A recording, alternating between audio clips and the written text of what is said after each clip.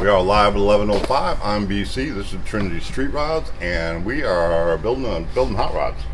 Today we're still building on David's car. Been moving ahead.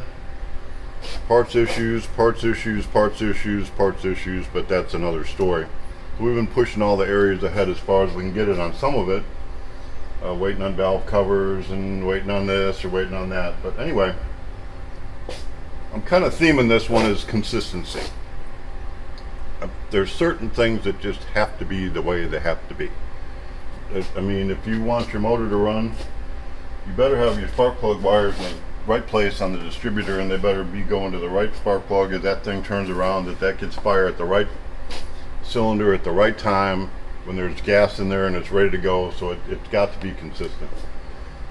Wiring, same thing. I mean, if you're gonna turn the headlight switch on, there better be a battery that the current's going to flow through your fuse block, through your switch, through the frame and a wire, through the seal beam, and then back out the ground and back down and all the way back to your battery. I mean, there has to be a flow, there has to be a consistency, or it's not going to work. And even to the, I'm looking at the manufacturing side. This is a Spirit kit, basically. So what we're doing at Trinity Street Rods is we're assembling this car. We're turning this into a turnkey. There's a lot of things that we can do that's a little different than the kit, but there are some things that you should expect. I mean, if you pay to have the steering column installed, you should expect to be able to just stab the steering column into the little tube there, and it go down and attach to the steering box. Just there it is. The way we build them, generally we can paint them before we pre-assemble them, and then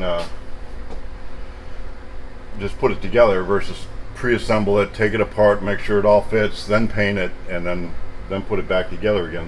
There's a place to do that though. If you're not sure if it's going to fit, pre-fit it before you paint it or put your finishing touches on it. We talked about a little bit about the shifter.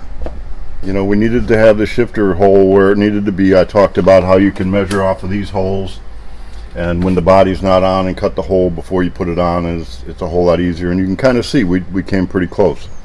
I cut it a little bit small. I did have to trim out a little bit more, and underneath I had to trim out some. There's a double floor there, but it's got to be,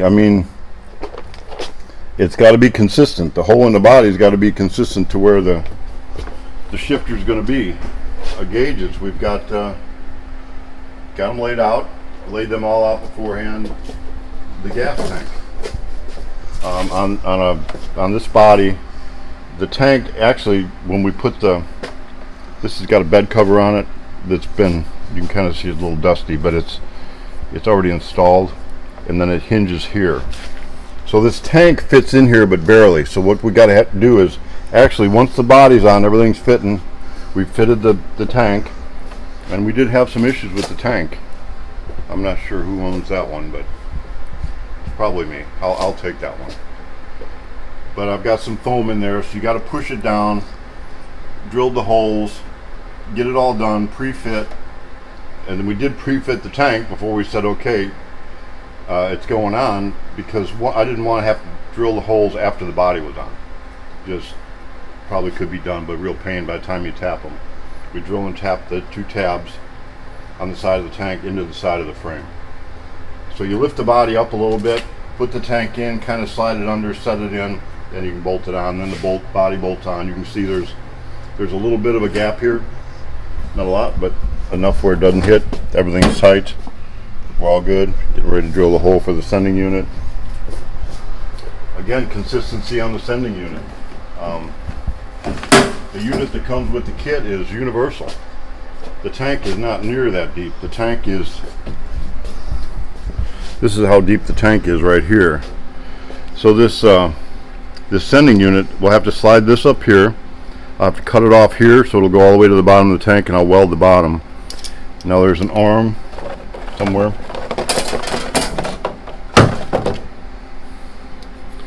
I'm going to move this, the sender itself, You can see the travel in there. I want this to be centered in the depth of the tank. So I want it halfway. If the tank is going to be this deep, I'm going to want this center right here. So I'm going to want this piece here, the float, to go all the way to the bottom and all the way to the top. If I would leave it long like this, it would only go down a little bit, and it would only move this just a little bit up and down. So once I get this the size I want it, I'll cut it, bend it in. You can kind of see there's an end on it. You see that? Yeah. It'll go in there. I can bend the brass over. It will stay in there. But I want this to be consistent all the way to the top.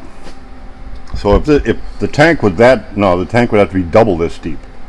But if it was, that would be full. At least that's what would register on your gauge. And that would be empty. That would be a huge tank. So you can see it's universal, but we'll have to cut it, do it, weld it, move that up there, cut the float up and down.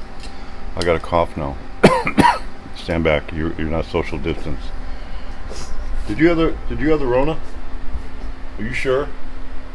I think you just contagioned me. Yeah. Anyway, old Gilligan's been sick for a couple days. He had the sniffles.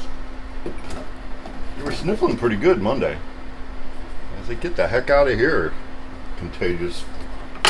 You contagion you. You know, I'm going to start wearing a mask though. You know what I'm going to put on it? Biden stinks.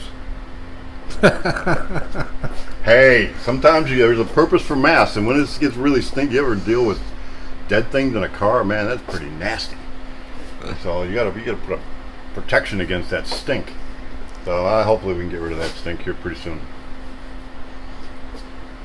So have we done very much? I feel like I've been led into trigger time right there. Does that lead me into trigger time? Kinda. Kinda. I like the way they declassify. This is all top secret, you know, but I'll declassify how to do it. I'll let you all know. I'll give you an instruction manual how to do it. I'll just redact the whole thing, and put something on the top and put something on the top. Beginning, end, and redact the rest of it. But it'll be declassified. What a joke we live in. It's coming together pretty good though. I got to put the windshield in. We're waiting for rods to go down. This is going to get a tall windshield because it's going to get a top. I think it gets a fiberglass top. They're working on that down in the upholstery shop. The interior goes together pretty quick. Oh, consistency. I'll tell you what. Let's go over here. What is going on in the world? We have two standards. Here's the second standard. These are the same tire, the same part number, the same everything. I won't say where we got them. The bolt pattern on that one is not the same as the bolt pattern on this one, although it's the same part number. So we want some equal justice here. We want things equal and fair. It's not fair that this one don't fit on the car on the other side and that one is, especially after we've got it painted and ready to go on. But I don't know what the deal is. But I mean, it must be for a bigger set of bolt patterns. But it doesn't fit, and the front doesn't fit either. So we got a couple of wheels on. It's going to get some trim rings and a center cap. It'll look pretty cool. But we're kind of stuck on that too. So I was really kind of hoping to have this thing almost knocked out by this weekend, but it's been a lot of start and stop, and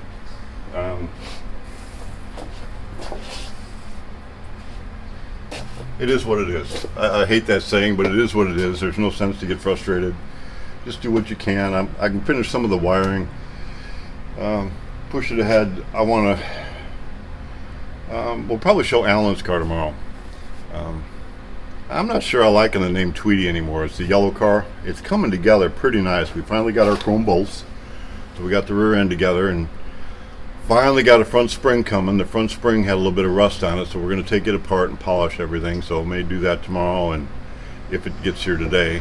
And that thing is coming like to the end. Alan sent some really cool push button starter, and it's got a push button shifter, and then there was another package. I'm not sure what's in it. I think it may be another piece of chrome molding up. We're going to find out. I don't know, but had to do a little bit of welding. He put a bung or something on the stainless steel tank, so that's coming back up so we can put the body on. So by next week, that thing's going to be awful close to going. Goldie, I haven't seen it, but the scallops are laid out. I think it's been all approved and ready to go.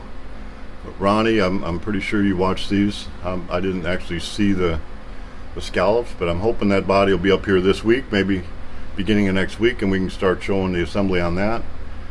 We've got Brad's car. It's a Hemi 34 coming together. Been doing a lot of engineering, built some saddle tanks and stuff for that. We'll go ahead and show that next week. And also we got the Mike's 34 sedan steel body car, so that's in the project. Plus there's a bunch of other ones going on. Putting the finishing touches on the showroom. We'll have that this week, and the cars we'll start selling some cars out of here too. So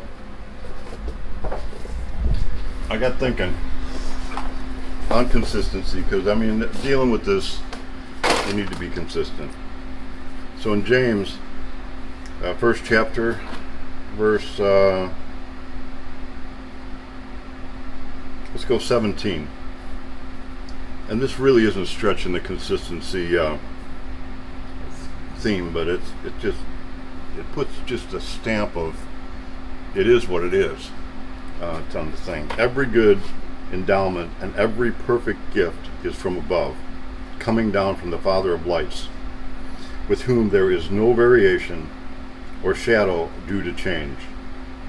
Of his own will he brought us forth by the word of truth, that we should be a kind of first fruits of his creatures.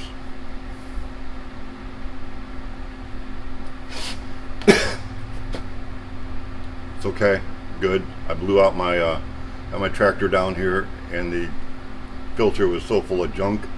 I should have had a mask on it, man. So I got nasty in my throat. My bad on that one. There is a place for masks.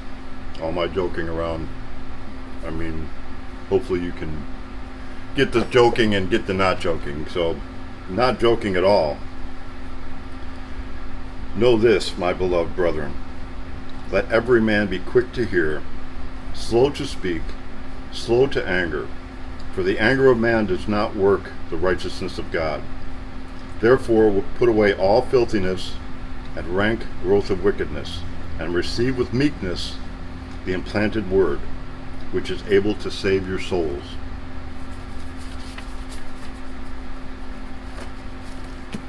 Slow to anger.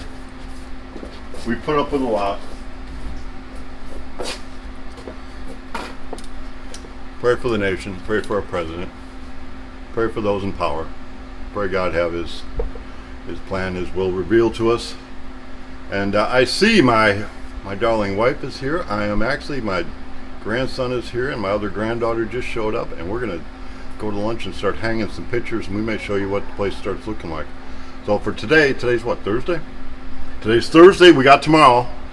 If Gilligan can stay healthy for a day and be here tomorrow, we'll do 11:05 tomorrow. Other than that, have a good day.